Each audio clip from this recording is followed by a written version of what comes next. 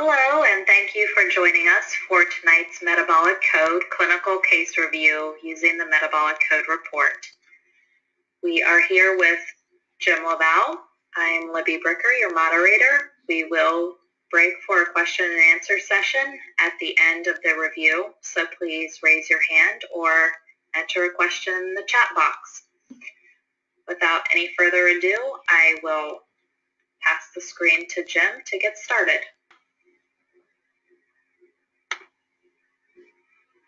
All right, so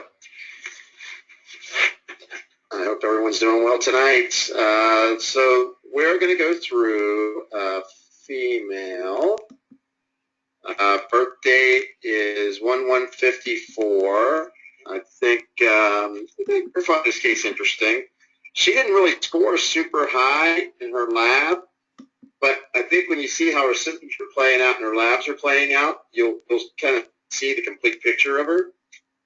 If you look, so she has at least 1 to 2 drinks per day. She does exercise regularly.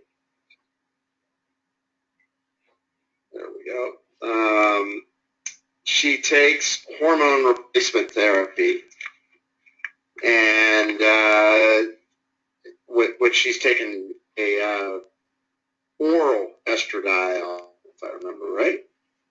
And the next thing is that she gets tired after she eats a big meal. So right away we start to get an idea. So she's on an oral hormone.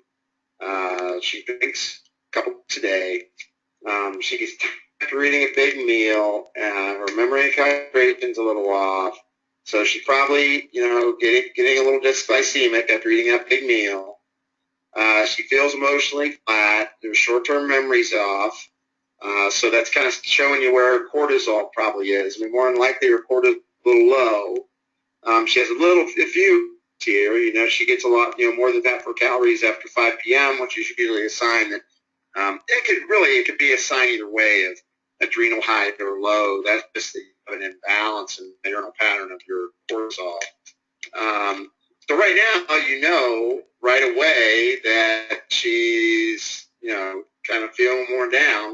That translates into, say, sleep as well. She has cold hands and feet. Her eyebrows and hair are thinning. So we know that the thyroid might be involved. We'll see if where her thyroid hormones are at. I have not looked at her lab yet. I am predicting where she's at based on that. So let's see. Handshake or tremble was a yes. That could be even adrenal high. If you look, not a lot of symptoms in her gut. She gets gassy and bloating, and she's consistently taking non-steroidal anti-inflammatory drugs, which, the new warnings on that, of course, is that, the consistent use of those is associated with increased risk of heart attack, right? So that is interesting. And then if you look through, she's got some stomach acid issues, right? She feels full for a long time after eating. She didn't have stomach discomfort or pain before eating. It was more discomfort on her part. I think she's just gassy and bloated a lot. She wasn't having stabbing pain or, any in-depth pain. Of course, we know that their immune system then's a little bit weakened, and then she breathes through her mouth. So what that tell you? She's a mouth breather. She's not breathing through her sinuses. If her sinuses are congested, her gut is probably, the immune function in the gut is probably triggering a lot of allergies. So you can kind of start to see these connections of she's bloated, she's gassy, her nose is congested, so she's got, chronic congestion, and probably means she's got food allergies, right? Probably got to put her on an elimination diet. She notes that she doesn't get enough sleep. Well, no wonder her memory and concentration's off. She can't fall asleep because she plays the events over from the day. She's under excessive stress. She's a restless sleeper. She only gets between 5 and 7 hours. Was poor cognitive function, right? And hormone failure and low thyroid, right? When you're not sleeping. So all these pieces are starting to kind of shift around and starting to make sense.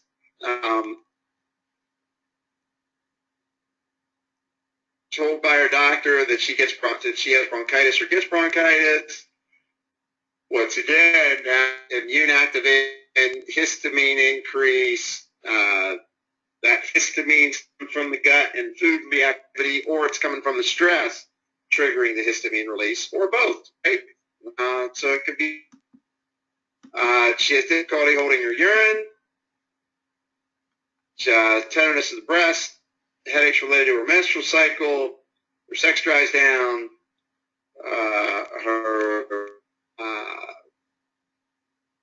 she's got a history of uterine fibroids. We know she's estrogen dominant, doesn't have enough progesterone. She has had birth control use, so we know that she's taking, that she's had a big deficit in vitamins and probably other nutrients as well. And then she also uses bioidentical, but she wasn't, and so uses bioidentical progesterone, and then of course she's going through menopause. So let's see what a report actually shows.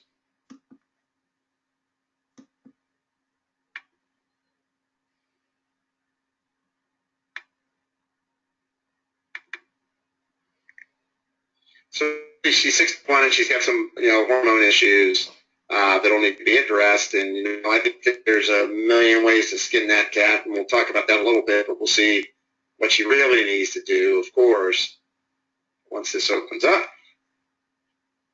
And we'll see how it lays out.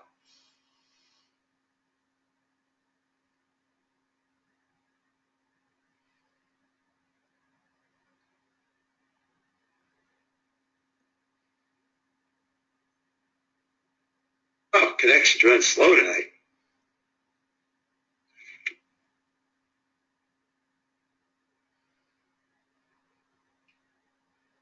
I'm going to close it and just try it again.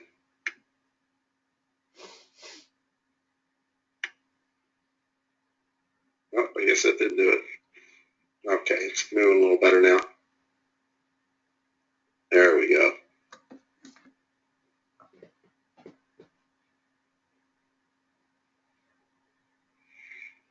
All right, let's see what it's...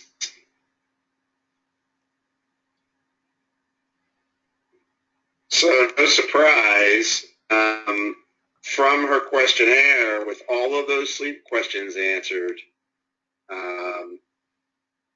she comes up with the highest score in adrenal thyroid pancreas, which I think you find out a lot. Now, that being said, I had 3 cases I reviewed today, and it was interesting. Things were shifting, quite a bit. Now, in this, it's quite clear she's got a lot of symptoms related to her estrogen and progesterone. So her bioidentical hormones aren't, really managed the way they need to yet. So we got to take a look at that. And then, of course, got to be in brain with the gut, with the bloating, the gas, the sinus problems. All things are pulling points into there, as well as cognitive function, her sleep issues. It's just, she's just scoring points left and right in that area. And then, of course, it starts to tear down, but that testosterone and progesterone is just kind of on the borderline, need to be dealt with right away, especially if she's not feeling good. If you notice her risk, her cardiometabolic risk is elevated. Obviously, cognitive and mood risk is elevated because she answered, felt flat. She didn't feel like she was short-term memory good. So there's right off the bat, that's an issue. And then if she had any of the things like low cortisol, that is going to add even more points into the cognitive risk. Her detox risk is high. She had uterine fibroids, so you're assuming that she's making bad estrone and it's not being metabolized well, so that add into there, along with other factors as well. And the other ones are immunity risk, metabolic damage, intestinal health, and immune function are intermediate. So let's take a look and see what the lab showed. And here we go. Lo and behold, her cortisol is low normal. Her DHEA is low normal, so she's going to have memory problems. She's going to feel fatigued. She's going to feel flat. She doesn't have the stamina. That's right there. And her sodium's at 136. So interesting to see. Let me see what her blood pressure was. Well, I'd have to go back. I'll do it when we're done. Be interested to see where her blood pressure was. This is where if I want to do a day and night blood pressure, I also want to do a sitting and standing blood pressure on it because that excuse me, I'm going to get right back first. Because her cortisol is dipping low, and her sodium is low, and her DHEA is actually holding in, but still a little too low. But this is telling you that she's probably becoming hypocortisol. So orthostatic hypotension, logical questions like you get dizzy on standing kind of stuff would make sense, and then doing a sitting and blood pressure would be great. Let's find out if my thoughts on thyroid came through. So her T3 is 0.9, which isn't great. Obviously we like it at 3.5, 3.6, ideally. But look at her total. She's hardly making enough T3. Her T4 is okay, and her total T4 is okay. So in general, she's just not making enough thyroid hormone. So this would be a case where probably slonomethyne and iodine would work out, or something to stimulate making more thyroid hormone. She doesn't have antibodies, but she's got a little bit there, but not really where it's super concerned. But you're going to put her on a limited diet anyway, get her gut straightened out, just because she's gassy and bloated. And you're going to put her on a modified low-carb diet that gets all the high reactive foods, so our metabolic code diet. Her ferritin pool is borderline high, and her glucose, look at this guy, glucose is at 98. So he's someone, and her body weight wasn't that high. I think it was only like 130. So she's not someone you'd think would necessarily be that high. She exercises regularly, but she's under stress. And so her ferritin pool was starting to trend high because of her glucose. Glucose obviously tells you that, she's probably not getting a good night's sleep. It's a morning fasting glucose. A lot of times I'm seeing people with high morning fasting glucose is just from their cortisol levels or sleep patterns. And then their blood sugar maps out the rest of the day, but they have to test it a couple times a day to figure that out. But A1C is low, but her growth hormone is low, and not enough potassium, not enough magnesium. Both of those are signs that her steady state blood sugars are too high.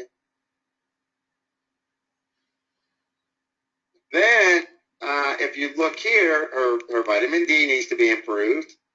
Her eosinophils and monocytes, and let's get her basophils, 0.7. Her gut's not super leaky.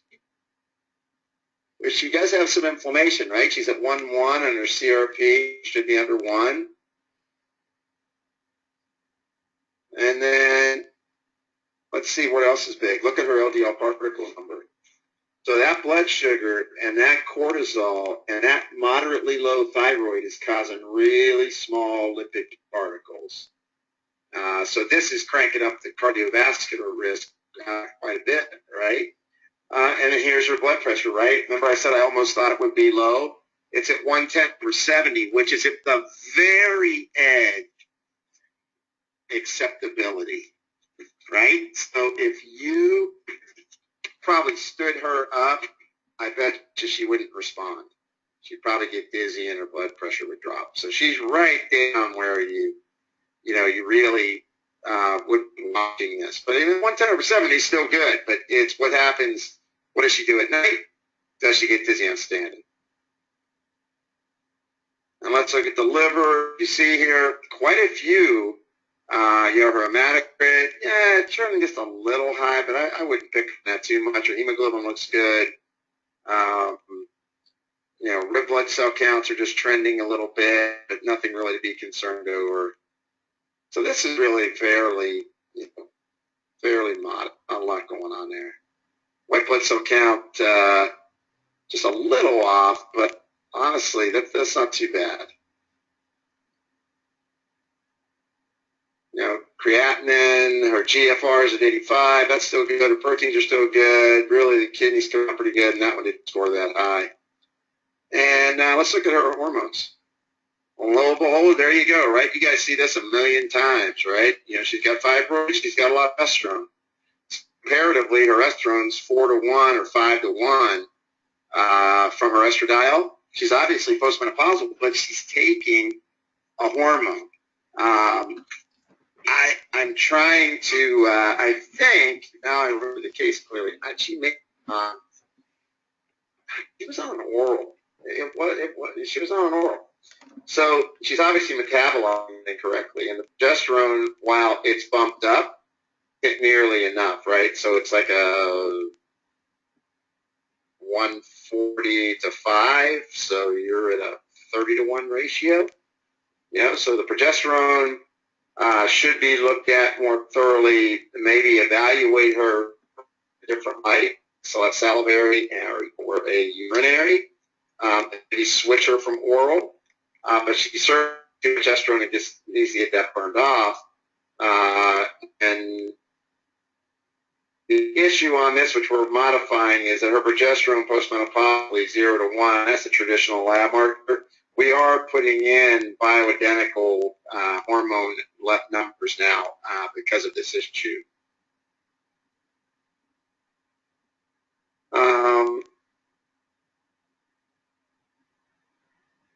Her symptoms come out heavy on gut, right? So you got to work with the food, and her symptoms come out heavy with her brain because she's feeling flat, dysthymic, thick-headed, not motivated, right? All those things are going on, and she's having all those gut symptoms.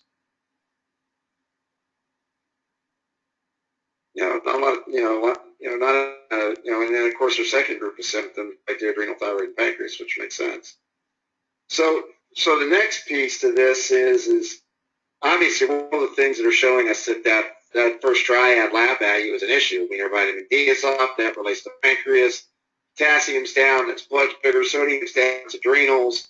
You can see all the different numbers that would circulate around on this now, and kind of add points into the first triad. Same thing on second triad, and we've got a bunch of new markers we're bringing in for this to really start to get the gut characterized more thoroughly from conventional labs. So we're building in VEGF, we're building in myelin peroxidase, we're building in TGF-beta as markers for inflammation and gut permeability disturbances. The other value that they bring, right? So, vascular growth factor for blood vessels and all those kind of things. And these are pretty self-explanatory. The LDLP number was pretty darn high. The T3 is low, free T3 is low, so cardiopulmonary neurovascular is off. Poor signaling from the brain to the heart, and then we don't need to go through all this. So, the big thing is where would you start? And she didn't, she had no history where, she tanked her adrenals due to, post-traumatic stress disorder. You could think you may want to do a 4-point cortisol, but if you know her morning serum cortisol is low, and pretty much her night cortisol, she's perseverating at night and she doesn't get enough sleep and she wakes up, her cortisol is most likely high. So even when you get a serum cortisol and you look at her symptoms, you can kind of see that she's flattening her cortisol curve. And you kind of want to fix that, right? So you want to think about fixing her sleep is a really important thing, because if you fix the sleep, more thyroid hormone will free up. If you fix the sleep, blood sugar gets better. Obviously, there's other things to do for blood sugar, but when you read through this, what shines is the fact that she has all sleeping problems and energy problems and cognitive issues, and then all the hormone issues that come around from improper diurnal cortisol pattern and hyperarousal from sleep. And obviously she's dealing with issues around her sex hormones and having a history of uterine fibroids and needing to address that as well while getting her estrogen under control. So let's see what the report gave us.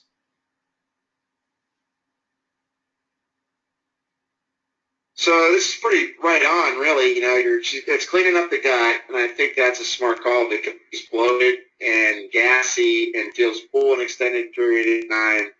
And if you're under a lot of cortisol, you have a lot of cortisol stress, you grow more yeast bugs. So the Candibac, good call. The chasteberry helps to balance out progesterone and estrogen signaling.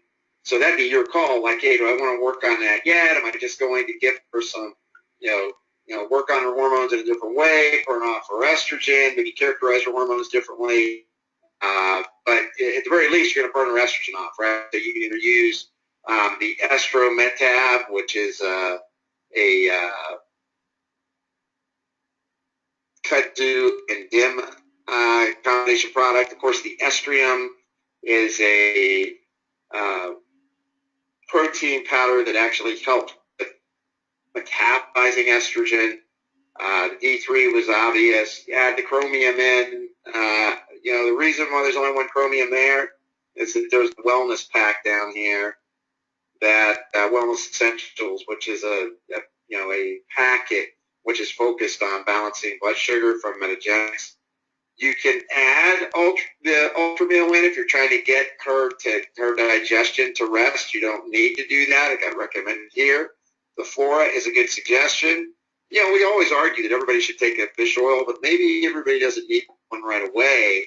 But if you're wanting to get one, here it is to improve LDL particle size to start. And then, of course, there are breathing problems and her sinus problems. The homeopathic drainage formula showed up. But really what you're doing here is you're magnesium.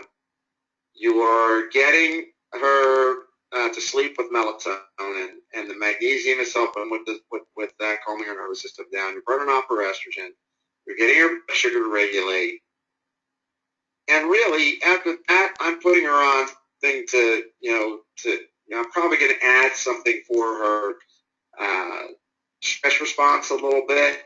Even though she doesn't look particularly anxious, she is, repeating her thoughts throughout the day and especially at night. So, I'd probably add some theanine to it. So I wouldn't, necessarily. So I would go with Candibactin. I would use chromium. She's low in vitamin D. I'll probably just start with Estrometab and use the Estrium Whey Vanilla for her powdered replacement. I wouldn't add the Ultramil. Maybe just do one or the other. And then why the fiber? To get the estrone out. And why else the fiber?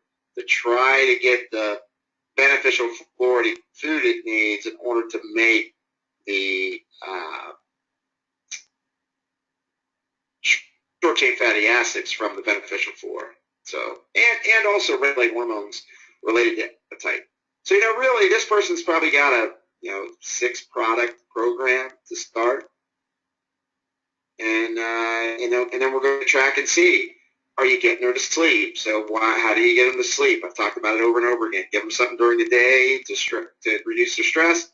Follow up with melatonin or melatonin and phenbut, a combination at night. So that is really a pretty elegant, simple approach for her. We got to get her digestion right. We got to get her to sleep, and then we got to fix her. And that's kind of how